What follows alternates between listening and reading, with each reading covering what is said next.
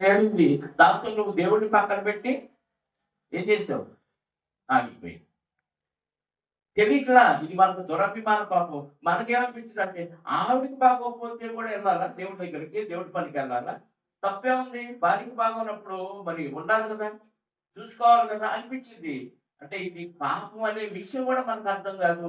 అది నిన్ను ఏలుతుందన్న విషయం కూడా నీకు అర్థం కాదు. దావీదు గారికి అర్థమైంది. ఏమని? అది నన్ను ఏలనీయొద్దు. ఎందుకంటే దానికి అలవాటు పడిపోతే ఇది పాపం అన్న విషయం మనకు తెలీదు. అది మనల్ని ఏలుతుంది. అది నీ చేత పని చేయిస్తుంది. నీకు ఆర్డర్ ఏస్తుంది. ఇది నువ్వు చేయాలి. దేవుడి పని అది చేయకపోయినా పర్లేదు. శాసిస్తుంది నిన్ను. పని నిన్ను శాసిస్తుంది. పని నిన్ను శాసిస్తే బానిసలాగా అది చెప్పినట్టు చేస్తున్నావంటే నువ్వు దురభిమానపు మత్తులో ఉండిపోయావని అర్థం. ఆ మత్తు నుంచి నీ వల్ల కాట్లేదు వదిలించుకోవడం అయితే దేవుడు సహాయాన్ని అడుగు. దావీదు గారు అదే చేశాడు. దురభిమాన పాపంలో పడకుండా నీ సేవకుని ఆపుము. నీ వల్ల కానప్పుడు దేవుడు సహాయం కోరుకో తప్పుగా ఉంది. ఆయన ఆపుతానంటున్నాడు, సహాయం చేస్తానంటున్నాడు కదా! అలా చేయకపోవటం వల్ల ఏమవుతుందంటే అది నిన్ను ఏలును.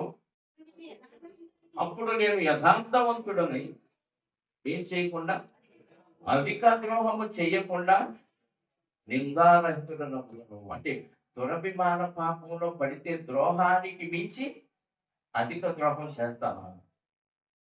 అసలు ఆల్రెడీ దేవుడికి కాకుండా నువ్వు చేసేదే ద్రోహం. దేవుడి స్థానాన్ని మరొకరికి ఇచ్చినప్పుడే ద్రోహం చేశావు.